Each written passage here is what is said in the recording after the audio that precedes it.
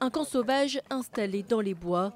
C'est ici que vit cet Éthiopien de 32 ans, arrivé à Calais il y a 1 mois et demi. C'est là où je peux quand même me reposer.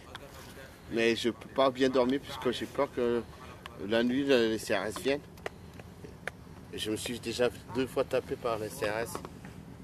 J'étais là dans ma tente, on m'a réveillé, on m'a gazé, on m'a tapé. Les forces de l'ordre, à qui le gouvernement ordonne d'évacuer tout nouveau camp, mais les policiers se défendent d'utiliser la violence. Pour l'heure, ça s'est toujours bien passé, quoi qu'on en dise. On arrive sur le camp et oui, effectivement, il y a des migrants qui prennent la fuite, qui sont réveillés, qui sortent de leur duvet, qui prennent la fuite. Certains restent sereins, ramassent leur duvet, ramassent leur tente et quittent les lieux sans être inquiétés. Cette nuit, c'est une rixe entre migrants de différentes nationalités qui mobilise les policiers. Regardez, ils sont tous là, la centaine de tout à l'heure là, qui voulaient en découdre avec des bâtons.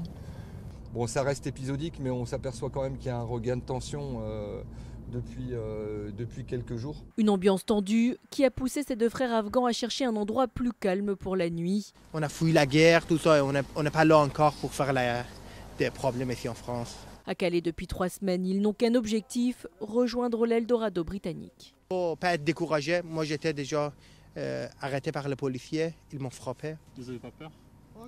Moi, si je retourne dans mon pays, je risque de mourir. Donc, ça ne change rien. Actuellement, entre 500 et 800 migrants vivent à Calais. Ils étaient 7000 lors du démantèlement de la jungle.